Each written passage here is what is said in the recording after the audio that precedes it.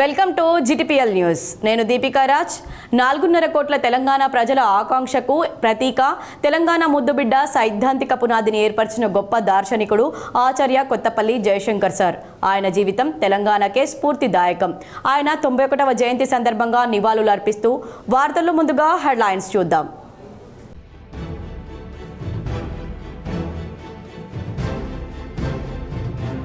కరీంనగర్లో ఘనంగా జయశంకర్ జయంతి వేడుకలు. జయశంకర్ విగ్రహానికి పూలమాలలు వేసి నివాళులర్పించిన మాజీ మంత్రి గంగుల కమలాకర్. ఆయన ఆశయ సాధన కోసం పోరాడతామని స్పష్టీకరణ.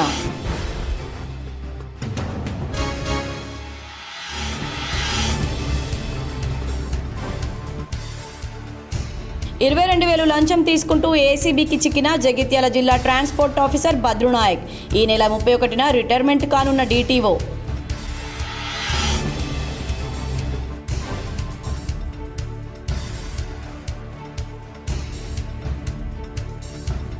ప్రత్యేక రాష్ట్ర ఉద్యమాన్ని తలపిస్తున్న ఇసుక క్వారీలో నిరసనలు, నిరాహార దీక్షలు, భిక్షాటనలు, వంట వార్పులతో ప్రత్యేక నిరసనలు.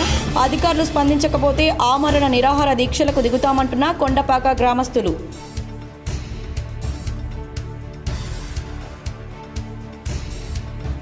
కరీంనగర్ జిల్లా తాడికల్లో విషాదం. భర్త అనుమానిస్తున్నాడనే కారణంతో సెల్ఫీ వీడియో తీసి బలవన్మరణానికి పాల్పడిన వివాహిత. తెలంగాణ రాష్ట్ర సిద్ధాంతకర్త ఆచార్య కొత్తపల్లి జయశంకర్ జయంతి వేడుకలు ఉమ్మడి కరీంనగర్ జిల్లా వ్యాప్తంగా ఘనంగా జరిగాయి. కరీంనగర్లోని జయశంకర్ విగ్రహానికి మాజీ మంత్రి ఎమ్మెల్యే గంగుల కమలాకర్ పూలమాల వేసి నివాళులర్పించారు. కమలాకర్తో పాటు మాజీ ఎమ్మెల్సీ నారదాసు లక్ష్మణరావు, నగర టీఆర్ఎస్ అధ్యక్షుడు చల్లా హరిశంకర్, పలువురు మాజీ కార్పొరేటర్లు పూలమాలలు వేసి నివాళులర్పించి జయశంకర్ ఆశయ సాధనకు కృషి చేస్తామని స్పష్టం చేశారు. తెలంగాణ రాష్ట్ర ఉద్యమ సమయంలో జయశంకర్ పాత్ర మరువలేనిదని తెలిపారు. 1969 తెలంగాణ ఉద్యమంలో చురుగ్గా పాల్గొన్నారని, ఉద్యమానికి మార్గదర్శకంగా నిలిచి సలహాదారులుగా పనిచేశారని చెప్పారు. తెలంగాణ ఉద్యమానికి వెన్నెముకగా ఆచార్య జయశంకర్ నిలిచారని పేర్కొన్నారు. ఆచార్య జయశంకర్కు తెలుగు, ఉర్దూ, హిందీ, ఇంగ్లీష్ భాషల్లో మంచి ప్రావీణ్యం ఉందని, స్వరాష్ట్రం సాధన కోసం తన జీవితాన్ని అంకితం చేశారని, రాష్ట్ర అభివృద్ధి కొరకు మంచి ప్రణాళికలు సైతం రూపొందించారని తెలిపారు. ఆయన ఆశయాల సాధన కోసం మనమంతా సమిష్టిగా కృషి చేయాలని కోరారు. ఏ విధంగా అయితే చేస్తూ ఉన్నారు, అంబేద్కర్ జయంతి చేస్తూ ఉన్నారు, గాంధీ జయంతి చేస్తూ ఉన్నారు, దాంతో పాటుగా మన ప్రొఫెసర్ జయశంకర్ సార్ గారి యొక్క జయంతి వేడుకలు ఘనంగా నిర్వహించాలని కోరుకుంటూ ఈ కార్యక్రమాన్ని నిర్వహించిన ప్రభుత్వానికి ధన్యవాదాలు తెలియజేస్తాను. జగిత్యాల జిల్లాలో అవినీతి అధికారి ఏసీబీకి చిక్కారు. 22,000 లంచం తీసుకుంటూ డీటీఓ భద్రునాయక్ ఏసీబీకి రెడ్ హ్యాండెడ్గా పట్టుబడ్డాడు. జగిత్యాల డీటీఓ భద్రునాయక్ ఇటీవల కోరుట్లకు చెందిన జేసీబీని పట్టుకున్నారు. జేసీబీని విడిచిపెట్టాలంటే 22,000 ఇవ్వాలని ఓనర్ శశిధర్ను డిమాండ్ చేశారు. డబ్బులు ఇచ్చే వరకు సెల్ ఫోన్ ఇవ్వనని డీటీఓ ఫోన్ ఉంచుకున్నాడు. దీంతో జేసీబీ ఓనర్ ఏసీబీ అధికారులను ఆశ్రయించాడు. పథకం ప్రకారం డీటీఓ నేరుగా కాకుండా డ్రైవర్ అరవింద్ ద్వారా లంచం డబ్బులు తీసుకుంటూ ఉండగా రెడ్ హ్యాండెడ్గా ఏసీబీ అధికారులు పట్టుకున్నారు. నగదు సీజ్ చేసి డీటీఓను అరెస్ట్ చేశారు. భద్రునాయక్ ఈ నెల 31న రిటైర్మెంట్ కానున్నారు. పదవి విరమణకు ముందు ఏసీబీకి చిక్కడం కలకలం సృష్టిస్తోంది. అవినీతికి ఎవరు పాల్పడ్డా ఏసీబీకి సమాచారం ఇవ్వాలని ఏసీబీ డీఎస్పీ విజయ్ కుమార్ తెలిపారు. ఈరోజు బానోతు భద్రునాయక్ గారు ఆర్టీఓ జగిత్యాల, వారి ప్రైవేట్ డ్రైవర్ గారు బానోతు అరవింద్ అనే అభిత్తను, వీరు గత కొద్ది కాలంగా బాగా కరప్షన్ యాక్టివిటీస్ ఉన్నాయని చెప్పి సర్వేలెన్స్ పెట్టాము. కంప్లైంట్స్ వస్తున్నాయి. అలాగే మొన్న అంటే 4th రోజు ఒక జేసీబీని సీజ్ చేయడం జరిగింది. ఆ జేసీబీని దానికి పేపర్స్ లేవన్నారు, కానీ పేపర్స్ అన్నీ ఉన్నాయి. ఓన్లీ ఇన్సూరెన్స్ అండ్ జేసీబీకి పొల్యూషన్ మాత్రమే లేదు. కొత్త బండే 2 years అయింది. అయితే ఆ బండి మీద కేసు బుక్ చేస్తే బండి రోడ్డు మీద రాదు అది అని చెప్పేసి దాన్ని తీసేసి ఆ డ్రైవర్ దగ్గర నుంచి 40,000 డిమాండ్ చేయడం జరిగింది. వాళ్ళు రిక్వెస్ట్ చేసుకుంటే 35,000కి సెటిల్ అయింది. ఆ సెటిల్డ్ అమౌంట్ ఆఫ్ 35,000 వచ్చి 13,000 అడ్వాన్స్గా ఆ రోజు డ్రైవర్ తీసేసుకున్నాడు. ఇంకా మిగతా 22,000 కోసము వాళ్ళ సెల్ ఫోన్స్ వాళ్ళ దగ్గర సీజ్ చేసి డ్రైవర్ దగ్గర ఉంచుకున్నాడు. ఈరోజు ఆ 22,000 ఇచ్చి వాళ్ళు మనకు అప్రోచ్ అయ్యి 22,000 టింటెడ్ అమౌంట్ ఇచ్చి ఆ టింటెడ్ అమౌంట్ తోటి పట్టుకోగా రెడ్ హ్యాండెడ్గా మనకు దొరికారు. ఇది కన్ఫెస్ బోత్ ద పార్టీస్, అంటే శ్రీ బానోతు భద్రునాయక్ గారు కన్ఫెస్ చేశారు, అరవింద్ గారు కూడా కన్ఫెస్ చేశారు. ఇసుక క్వారీలో తమకు కూడా పని కల్పించాలని చేస్తున్న నిరసనలు తెలంగాణ ప్రత్యేక రాష్ట్ర ఉద్యమాన్ని తలపిస్తున్నాయి. గత నెల రోజుల నుండి నిరాహార దీక్షలు, భిక్షాటనలు, వంటవార్పులతో ప్రత్యేక నిరసనలు చేపడుతూ అధికారులు స్పందించకపోతే ఆమరణ నిరాహార దీక్షలకు దిగుతామంటున్నారు గ్రామస్తులు. కరీంనగర్ జిల్లా వీనవంక మండలంలోని కొండపాక గ్రామంలో ఇసుక క్వారీ ఉంది. అయితే పక్కనే ఉన్న హిమ్మత్ నగర్ మరియు కొండపాక 2 గ్రామాలు ఒకే రెవెన్యూ గ్రామాల క్రిందికి వస్తాయి. కొండపాక ఇసుక క్వారీలో తమకు పని కల్పించడం లేదని గత నెల రోజులుగా రిలే నిరాహార దీక్షలు, ధర్నా, రాస్తారోకోలు, భిక్షాటనలు, వంటవార్పులతో నిరసన కార్యక్రమాలు చేపడుతున్నారు హిమ్మత్ నగర్ గ్రామస్తులు. రెవెన్యూ డివిజనల్ అధికారి, స్థానిక తహసీల్దార్ వెళ్లి గ్రామస్తులతో మాట్లాడినా తమకు ఉపాధి కల్పించేంత వరకు నిరసన కార్యక్రమాలు చేస్తామని, అధికారులు స్పందించకపోతే ఆమరణ నిరాహార దీక్షలు చేస్తామంటున్నారు గ్రామస్తులు. అందరూ కూడా వినతి పత్రాలు ఇస్తూ గ్రామస్తులం అందరం కూడా వంట వార్పు కార్యక్రమం చేసుకొని ఇలా రోడ్ గడ్డం తిరగాలి, లారీలు అన్నింటినీ కూడా ఆపాలని చెప్పి మేము నిర్ణయించుకున్నాం. గ్రామస్తులం అందరం కూడా ఏకగ్రీవ తీర్మానం కూడా చేసుకోవడం జరిగింది.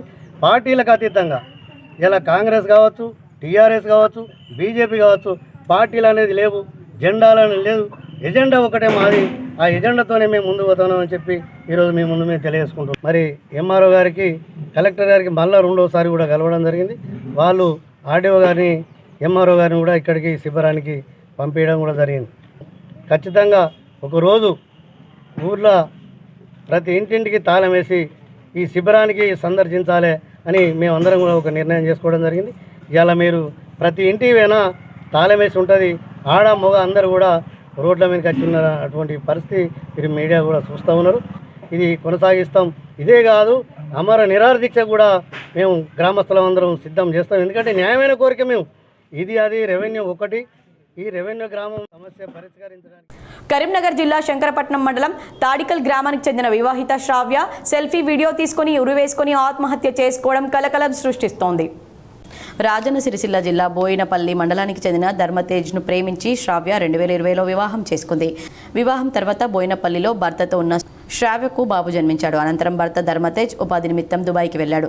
అప్పటి నుండి శ్రావ్య తల్లి గారి ఊరు తాడికల్ గ్రామంలోనే ఉంటుంది. కొద్ది రోజుల క్రితం నుండి ధర్మతేజ్ శ్రావ్య వేరే వారితో మాట్లాడుతుందంటూ శ్రావ్యను మానసికంగా వేధిస్తున్నాడు. దీంతో మనస్తాపానికి గురైన శ్రావ్య సెల్ఫీ వీడియో తీసుకుని తాను ఎవరితో మాట్లాడడం లేదని కొడుకుపై ఒట్టు అంటూ ప్రమాణం చేసింది. నిద్ర మాత్రాలు మింగింది. మళ్ళీ ఏమైందో ఏమో ఊరేసుకుని ఆత్మహత్య చేసుకుంది. మృతురాలి అన్న ఇచ్చిన ఫిర్యాదు మేరకు పోలీసులు కేసు నమోదు చేసి విచారణ చేపట్టారు. దుబాయ్లో ఉన్న భర్త భార్య మృతితో స్వగ్రామానికి చేరుకుని శ్రావ్య శవంపై పడి బోరున విలపించారు. ఆత్మహత్యకు ముందు శ్రావ్య తీసిన సెల్ఫీ వీడియో బయటకు రావడంతో చూసిన వారంతా కన్నీటి పర్యంతమవుతున్నారు. 2020 సంవత్సరంలో వివాహం జరిగింది. తర్వాత ఇద్దరు కలిసి ఉన్నారు. కలిసిన క్రమంలో 1 సంవత్సరం తర్వాత బాబు పుట్టడం జరిగింది. బాబు పుట్టిన తర్వాత అబ్బాయి దుబాయ్కి వెళ్ళడం జరిగింది. దుబాయ్కి వెళ్ళిన తర్వాత అమ్మాయి ఒంటరిగా ఉంటుందని చెప్పేసి తల్లిగారి ఇల్లైన తాడికల్కి రావడం జరిగింది. తాడికల్లో వాళ్ళ తల్లి దగ్గర ఉంటుంది, వాళ్ళ తాతగారి ఇంట్లో, వాళ్ళ తల్లి వాళ్ళ తండ్రి వాళ్ళ ఇంట్లోనే ఉంటుంది. బాగానే ఉంటుండే. ఇక్కడ అబ్బాయి కూడా క్రమక్రమేణా పెద్దవాడు అయ్యాడు. స్కూల్ కూడా వెళ్తున్నాడు. ఆల్ఫ్రెడ్ నోబెల్ స్కూల్లో చదువుతున్నాడు. ఈ క్రమంలో ఆ అమ్మాయి బాగానే ఉంటుండే. అబ్బాయి కూడా అప్పుడప్పుడు ఫోన్ చేసేదట. వీడియో కాల్లో మాట్లాడుకునే వాళ్ళు. ఇంతే తప్ప సంబంధాలు అనేటివి వాళ్ళకు కానీ మాకు కానీ లేవు. నేను వాళ్ళకు సమీప బంధువును, మా ఇంటి పక్కన ఇల్లు కాబట్టి అబ్బాయి వాళ్ళ తల్లిదండ్రులు కానీ ఎప్పుడు వచ్చిన దాఖలు లేవు, అబ్బాయి కూడా వచ్చిన దాఖలు లేవు. వీళ్ళు లవ్ మ్యారేజ్ చేసుకోవడం జరిగింది. అమ్మాయి బాగానే అబ్బాయిని చూసుకుంటూ ఉండేది. ఫోన్ మాట్లాడుతున్న మామయ్య అని చెప్పడం కూడా జరిగింది. వీడియో కాల్ కూడా మాట్లాడుతుండే, అబ్బాయి కూడా మాట్లాడుతుండే. ఈ క్రమంలో నిన్న రాత్రి అనగా నేను ఫిఫ్త్ రోజు నైట్ ఎర్లీ అవర్స్లో అమ్మాయి ఒక వీడియో కాల్ చేసి రికార్డ్ చేసుకొని, వీడియో రికార్డ్ పెట్టుకొని, నేను ఆత్మహత్య చేసుకుంటున్నాను, నువ్వు నన్ను అనుమానిస్తున్నావు అని చెప్పేసి చెప్పడం జరిగింది. ఆ క్రమంలో వీడియో కూడా రికార్డ్ చేసి అతనికి వాట్సాప్ ద్వారా మెసేజ్ పెట్టడం జరిగింది. అతను కూడా చూసుకున్నాడో ఏమో కానీ దానికి సరైన స్పందన లేకుండా అమ్మాయి కాల్ చేసుకున్న వెంటనే మందు గోళీలు కూడా వేసుకొని ఆత్మహత్య ఉరి వేసుకొని చనిపోవడం జరిగింది. తెలంగాణ సిద్ధాంతకర్త స్వర్గీయ జయశంకర్ జయంతి వేడుకలను ఉమ్మడి కరీంనగర్ జిల్లా వ్యాప్తంగా ఘనంగా నిర్వహించారు. పెద్దపల్లి కలెక్టరేట్లో నిర్వహించిన జయశంకర్ చిత్రపటానికి కలెక్టర్ కోయా శ్రీహర్ష, అదనపు కలెక్టర్ డి వేణు పూలమాలలు వేసి నివాళులర్పించారు. ఈ సందర్భంగా ఆచార్య జయశంకర్ జీవిత చరిత్ర సంబంధించిన ముఖ్యమైన ఘట్టాలను జిల్లా ఉన్నతాధికారులు స్మరించారు. కలెక్టర్ కోయా శ్రీహర్ష మాట్లాడుతూ రాష్ట్ర ప్రభుత్వం ఆదేశాల మేరకు ఆచార్య కొత్తపల్లి జయశంకర్ జయంతిని స్టేట్ ఫంక్షన్ లాగా నిర్వహిస్తున్నామని, ప్రతి ప్రభుత్వ కార్యాలయంలో ఆయన చిత్రపటానికి పూలమాలలు వేసి నివాళులర్పిస్తున్నామని తెలిపారు. కరీంనగర్లో 168 మంది లబ్ధిదారులకు 37,86,000 రూపాయల విలువ చేసే సీఎంఆర్ఎఫ్ చెక్కులను ఎమ్మెల్యే గంగుల కమలాకర్ పంపిణీ చేశారు. కరీంనగర్ అసెంబ్లీ నియోజకవర్గంలో 168 మంది లబ్ధిదారులకు సీఎంఆర్ఎఫ్ చెక్కులను ఎమ్మెల్యే గంగుల కమలాకర్ పంపిణీ చేశారు. 168 మంది లబ్ధిదారులకు 37,86,500 రూపాయల విలువ గల చెక్కులు లబ్ధిదారులకు ఎమ్మెల్యే క్యాంపు కార్యాలయంలో అందజేశారు. ఆపదలో ఉన్న వారికి ఆపన్న హస్తంగా సీఎం రిలీఫ్ ఫండ్ ఉపయోగపడుతుందని ఎమ్మెల్యే తెలిపారు. ఈ కార్యక్రమంలో నగర బీఆర్ఎస్ అధ్యక్షుడు చల్లారి శంకర్, మాజీ మున్సిపల్ చైర్మన్ రుద్రరాజు, మాజీ కార్పొరేటర్లు పాల్గొన్నారు. కొడిమేలలో బీసీ రిజర్వేషన్ల అమలుపై ఒకరోజు బీసీ నిరాహార దీక్ష నిర్వహించారు. జగిత్యాల జిల్లా కొడిమేల మండల కేంద్రంలో ట్రస్ట్ అవర్ జగన్మాత శంకర్ మల్లన్న ట్రస్ట్ ఫౌండర్ సామాజిక కార్యకర్త బెంగి మనోజ్ కుమార్ ఆధ్వర్యంలో బల్ల అంజన్న, సలావుద్దీన్, మచ్చరాజు, భోగ రాకేష్లతో పాటు పలువురు బీసీలకు 42% రిజర్వేషన్ల అమలు కొరకు ఒకరోజు బీసీ నిరాహార దీక్ష చేపట్టారు. ఈ దీక్షకు పార్టీలకు కులమతాలకు అతీతంగా కొడిమేల మండల కాంగ్రెస్, బీఆర్ఎస్, బీజేపీ మిగతా అన్ని పార్టీల నుండి దీక్షకు మద్దతు ప్రకటించి సంఘీభావం తెలిపారు. ఈ సందర్భంగా ఏఎంసీ వైస్ చైర్మన్ గడ్డం జీవన్ రెడ్డి, బీఆర్ఎస్ పార్టీ మండల అధ్యక్షుడు పులి వెంకటేష్ గౌడ్లు మాట్లాడుతూ కేవలం జనాభా ప్రాతిపదికన రిజర్వేషన్లు ఇచ్చినప్పుడు మాత్రమే సమన్యాయం జరుగుతుందని సీఎం రేవంత్ రెడ్డి అసెంబ్లీలో ఏకగ్రీవ తీర్మానం ప్రవేశపెట్టారని, అలాగే రిజర్వేషన్ల అమలుకు దీక్ష చేపట్టిన వారికి సంఘీభావం ప్రకటిస్తున్నామన్నారు. తెలంగాణ రాష్ట్రంలో బీసీలకు 42% రిజర్వేషన్ అమలు చేయాలని చెప్పి ఈరోజు కొడిమేల మండల కేంద్రంలో ముందుకు వచ్చిన బీసీ ఉద్యమ నాయకుడు, అలాగే యువ నాయకుడు బెంగి మనోజ్ గారు చేస్తున్న ఒకరోజు దీక్షకు సంఘీభావంగా తెలియజేయడం జరిగింది. కేవలం జనాభా ప్రాతిపదికన రిజర్వేషన్లు ఇచ్చినప్పుడు మాత్రమే సమన్వయం జరుగుతుందని రేవంత్ రెడ్డి సర్కార్ అసెంబ్లీలో ఏకగ్రీవ తీర్మానం ప్రవేశపెట్టి పార్లమెంటుకు పంపడం జరిగింది. అటువంటి మంచి ఉద్దేశంతో దీక్ష చేస్తున్న బెంగి మనోజ్ గారికి సంఘీభావం ఈరోజు తెలపడం జరిగింది.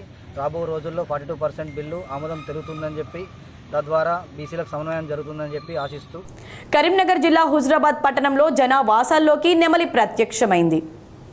హుజురాబాద్ పట్టణంలోని ఇల్లందులవాడలో నెమలిపై వీధి కుక్కలు దాడి చేయగా ఓ పాల వ్యాపారి నెమలిని వీధి కుక్కల బారి నుండి కాపాడి స్థానిక అటవీశాఖ అధికారులకు సమాచారం అందించారు. ఘటనా స్థలానికి చేరుకున్న అధికారులు ప్రథమ చికిత్స చేద్దామని ప్రయత్నించగా అప్పటికే నెమలి మృతి చెందింది. దీంతో మృతి చెందిన నెమలిని పోస్టుమార్టంకు తరలించారు అధికారులు. కోరుట్ల మండలం సంగెం ఎకీన్పూర్ వంతెనల స్థలాలను కాంగ్రెస్ నాయకులు జువాడి కృష్ణారావు పరిశీలించారు.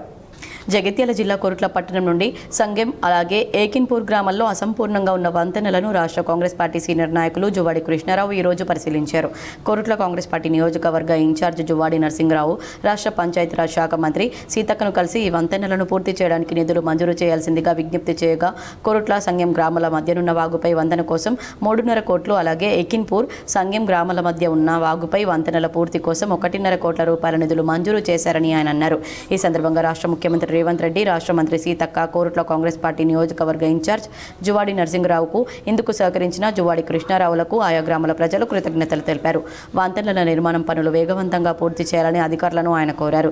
ఈ కార్యక్రమంలో జువాడి కృష్ణారావు వెంట కోరుట్ల పట్టణ కాంగ్రెస్ పార్టీ అధ్యక్షులు తిరుమల గంగాధర్, నయీం, మున్సిపల్ మాజీ చైర్మన్ శీలం వేణుగోపాల్, ఉపాధ్యక్షుడు డీసీసీ మాజీ జనరల్ సెక్రటరీ నేమూరి భూమయ్య, జిందం లక్ష్మీనారాయణ, పొద్దుగంటి శంకర్ తదితరులు పాల్గొన్నారు. హైదరాబాద్లోని హైటెక్స్లో నిర్వహిస్తున్న కేబుల్ నెట్వర్క్స్ ఎగ్జిబిషన్ 2వ రోజు బుధవారం అందరినీ ఆకర్షించింది. పెద్ద ఎత్తున సాంకేతిక నిపుణులు, జీటీపీఎల్ ఆపరేటర్లు హాజరై ఆసక్తిగా పరిశీలించారు. హైదరాబాద్లోని హైటెక్స్లో 13వ కేబుల్ నెట్వర్క్స్ ఎగ్జిబిషన్ 2వ రోజు బుధవారం కొనసాగింది.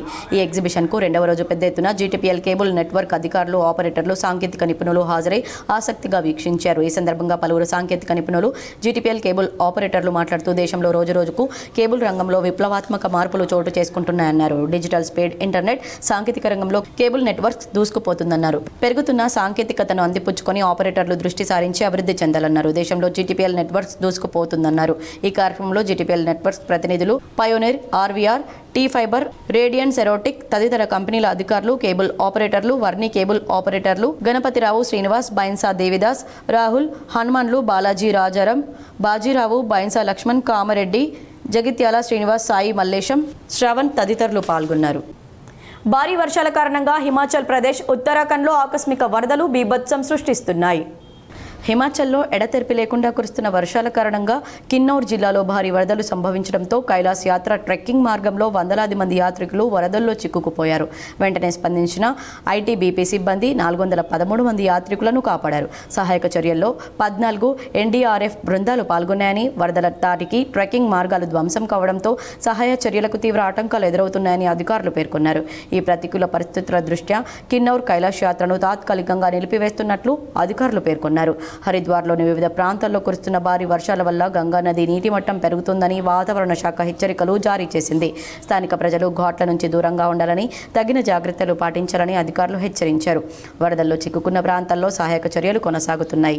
ఉత్తరాఖండ్ ప్రభుత్వ అధికారుల ప్రకారం ఇప్పటివరకు 130 మందికి పైగా ప్రజలను సహాయక బృందాలు రక్షించాయి. భారీ వరదలకు 4 జాతీయ రహదారులతో సహా 617 రోడ్లు ధ్వంసమైనట్లు రాష్ట్ర అత్యవసర ఆపరేషన్ సెంటర్ తెలిపింది. వీటిల్లో 377 రోడ్లు మండి జిల్లాలోనే ఉండగా మరో 90 రహదారులు కులు జిల్లాలో ఉన్నాయి. దీంతో పలు ప్రాంతాలకు రాకపోకలు మూసివేసినట్లు అధికారులు పేర్కొన్నారు. కొండ చర్యలు విరిగి పడుతుండడం వల్ల స్థానికులు, వాహనదారులు తీవ్ర ఇబ్బందులు ఎదుర్కొంటున్నారు. భారీ వర్షాల కారణంగా రాష్ట్ర వ్యాప్తంగా విద్యా సంస్థలు మూసివేసినట్లు విద్యాశాఖ ప్రకటన జారీ చేసింది. ఉత్తరాఖండ్లోని కీర్ గంగా నది పరివాహక ప్రాంతంలో కుంభవృష్టి కారణంగా మంగళవారం ధరాలి గ్రామంపై జల ప్రవాహం విరుచుకుపడడంతో సగం గ్రామం కొట్టుకుపోయిన విషయం తెలిసిందే. దేశానికి ఆదర్శంగా నిలిచేలా తెలంగాణలో కుల గణన జరిగిందని సీఎం రేవంత్ రెడ్డి అన్నారు. దేశవ్యాప్తంగా కులగణన జరగాలని భారత్ జోడో యాత్రలో రాహుల్ గాంధీ డిమాండ్ చేశారని గుర్తు చేశారు. ఢిల్లీలోని జంతర్ మంతర్ వద్ద జరుగుతున్న బీసీ ధర్నాలో రేవంత్ రెడ్డి పాల్గొన్నారు. ఈ సందర్భంగా ఆయన మీడియాతో మాట్లాడారు. రాహుల్ గాంధీ ఆశయం మేరకు మేము బీసీలకు 42% రిజర్వేషన్లు కల్పిస్తూ బిల్లు తెచ్చాం. విద్యా, ఉద్యోగాలు, రాజకీయాల్లో బీసీలకు 42% రిజర్వేషన్లు కల్పిస్తూ అసెంబ్లీలో బిల్లు ఆమోదించాం. అసెంబ్లీ పంపిన బిల్లులు రాష్ట్రపతి వద్ద పెండింగ్లో ఉన్నాయి. తెలంగాణ ప్రభుత్వం పంపిన బిల్లును ఆమోదించాలని రాష్ట్రపతిని కోరుతున్నాం. రాష్ట్రపతిని కలిసి వినతి పత్రం ఇవ్వాలని అపాయింట్మెంట్ కోరాం. ఇప్పటివరకు రాష్ట్రపతి అపాయింట్మెంట్ దొరకలేదు. మాకు అపాయింట్మెంట్ ఇవ్వొద్దని రాష్ట్రపతిపై మోడీ ఒత్తిడి చేశారని మా అనుమానం. బిల్లును ఆమోదించే వరకు మా పోరాటం కొనసాగుతోందని రేవంత్ రెడ్డి స్పష్టం చేశారు. వార్తలు ముగించే ముందు హెడ్లైన్స్ మరోసారి.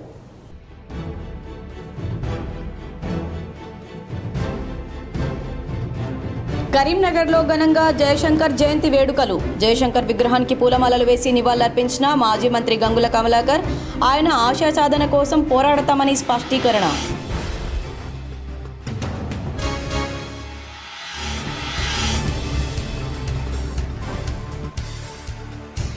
$22,000 లంచం తీసుకుంటూ ఏసీబీకి చిక్కిన జగిత్యాల జిల్లా ట్రాన్స్పోర్ట్ ఆఫీసర్ భద్రునాయక్.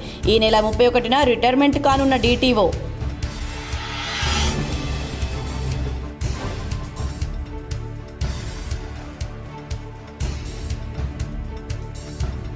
ప్రత్యేక రాష్ట్ర ఉద్యమాన్ని తలపిస్తున్న ఇసుక క్వారీలో నిరసనలు, నిరాహార దీక్షలు, భిక్షాటనలు, వంట వార్పులతో ప్రత్యేక నిరసనలు. అధికారులు స్పందించకపోతే ఆమరణ నిరాహార దీక్షలకు దిగుతామంటున్న కొండపాక గ్రామస్తులు.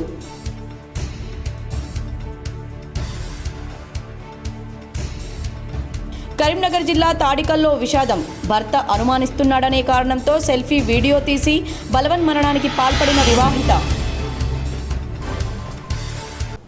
ఈ వార్తలు ఇంతటితో సమాప్తం. తిరిగి ప్రసారమయ్యే వార్తల్లో మళ్ళీ కలుద్దాం. అంతవరకు చూస్తూనే ఉండండి మీ GTPL.